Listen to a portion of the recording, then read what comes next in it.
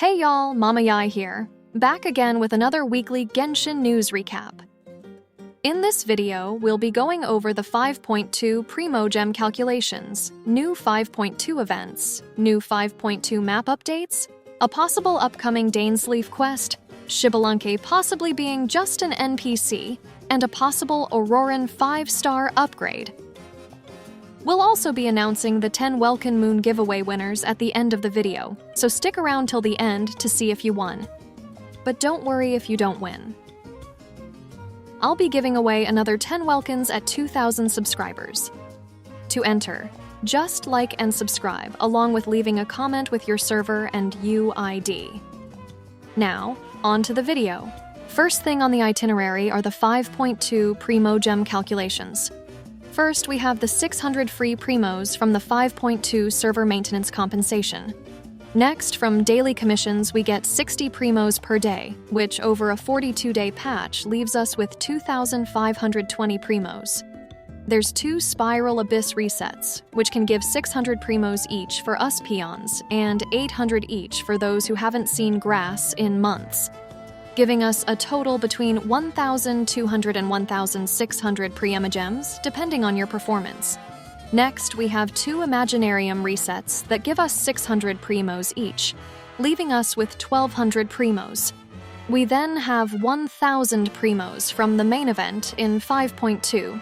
Then we have 3 small events that usually give 420 Primogems each. Nice. Which gives us 1,260 primos from small events. We're expecting around 3,000 primos from 5.2 exploration and chests, though this number is still up in the air.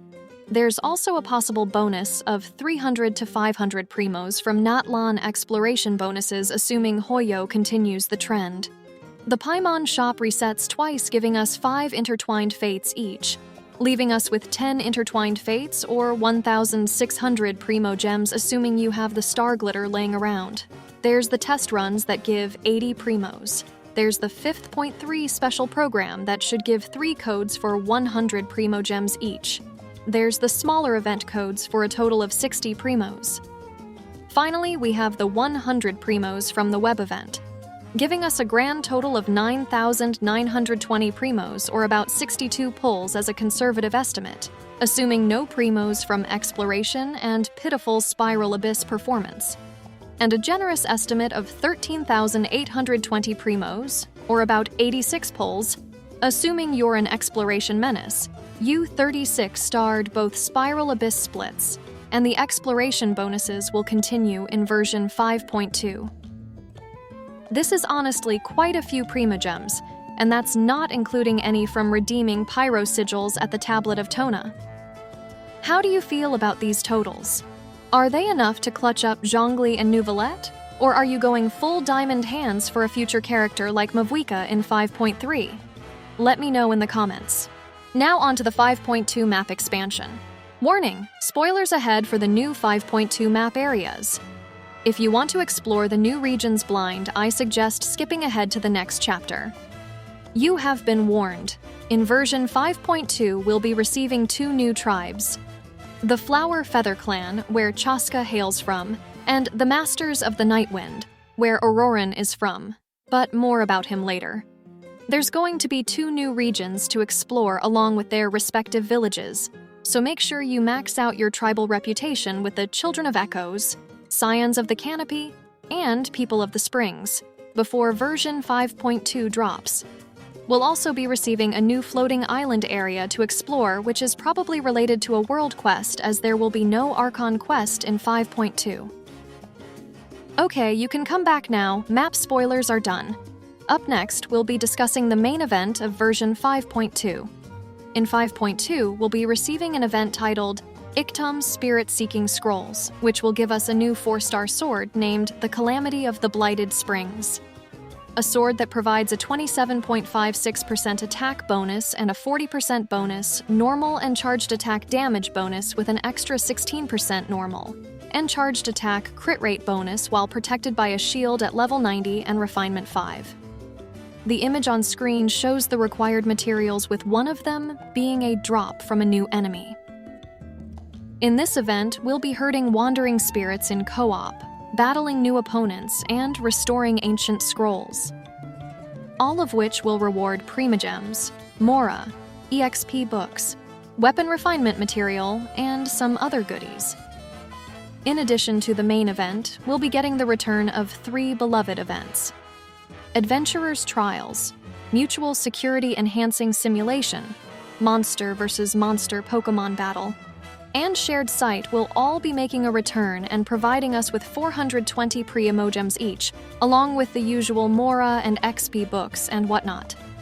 That's everything on the 5.2 update we know. Now let's get into the real juicy info. Disclaimer.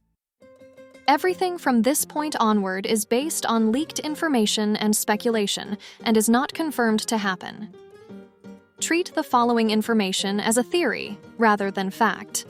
Now then, data miners have found a new pair of wings related to Dainsleif and Conria. This has led many players to speculate that we might be getting a new Dainsleif quest in the near future. While definitely interesting and exciting, there is no concrete proof of any upcoming Dainsleif quest. These wings could have been put in the files early or don't have anything to do with Dainsleif at all and are misinterpreted as such.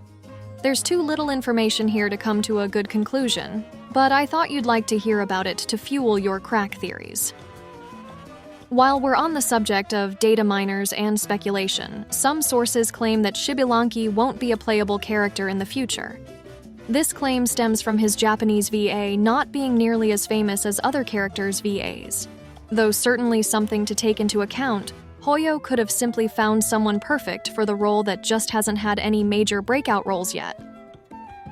We'll have to remain skeptical on this one. I'll keep an eye on anything related to Xbalanque for y'all, since I know he's got quite the fan base.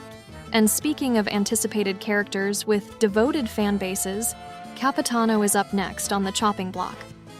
Numerous data miners and reliable sources have indicated that Capitano may not be playable in the Notland 5.x patches, as he still doesn't have a player character ID in the files yet.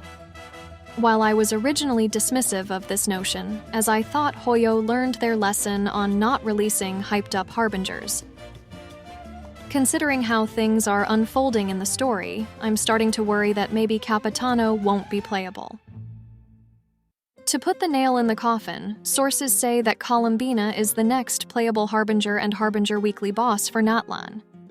This idea comes from the theory that Columbina is a Sealy/Angle, as well as the Fatui wheel theory. The theory goes that if you take the Fatui wheel icon and go counterclockwise, you'll have the order in which we fight each Harbinger as a weekly boss.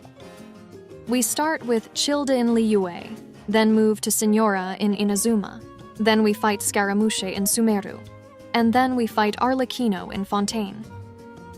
If we continue the pattern, the crying dove icon is suspected to be Columbina's due to her design featuring feathers on her headpiece and her eyes always being closed in the Harbinger trailer.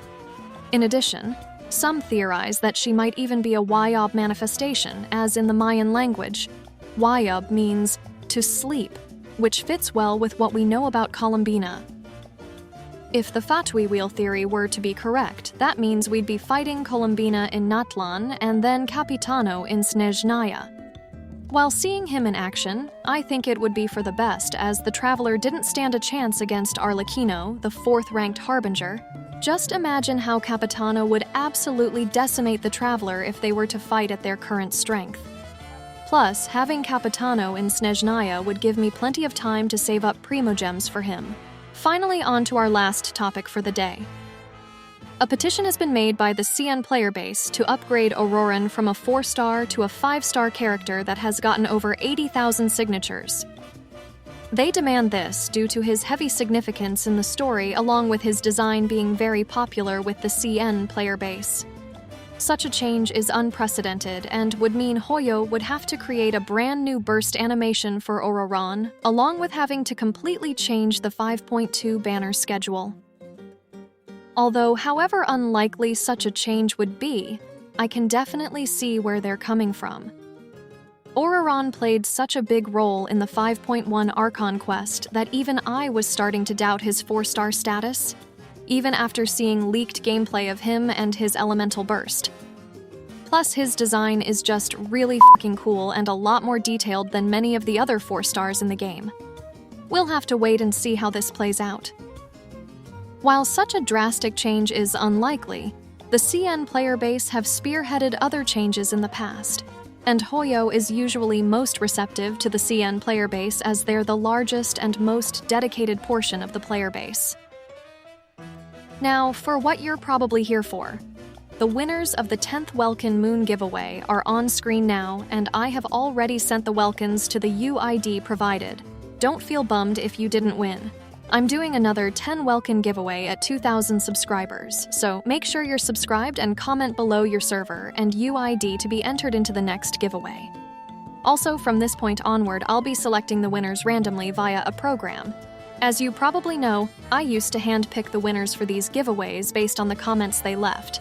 Now, though, the channel has grown so much that it's starting to become impractical to hunt down the winners in the comments of every past video.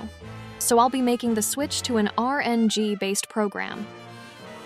However, e-begging is still an instant disqualification.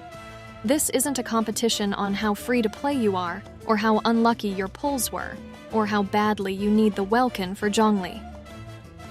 This is just a fun way to boost engagement while also giving back to the community that supports the channel. Not America's Got Talent, where whoever has the best sob story wins. It's honestly really annoying and just clogs up the comment section. That's everything from this week's Genshin News Recap. What did you think? Are you excited for the new map expansion in 5.2? Or did I go too overboard with the tinfoil hats on the Harbinger speculation?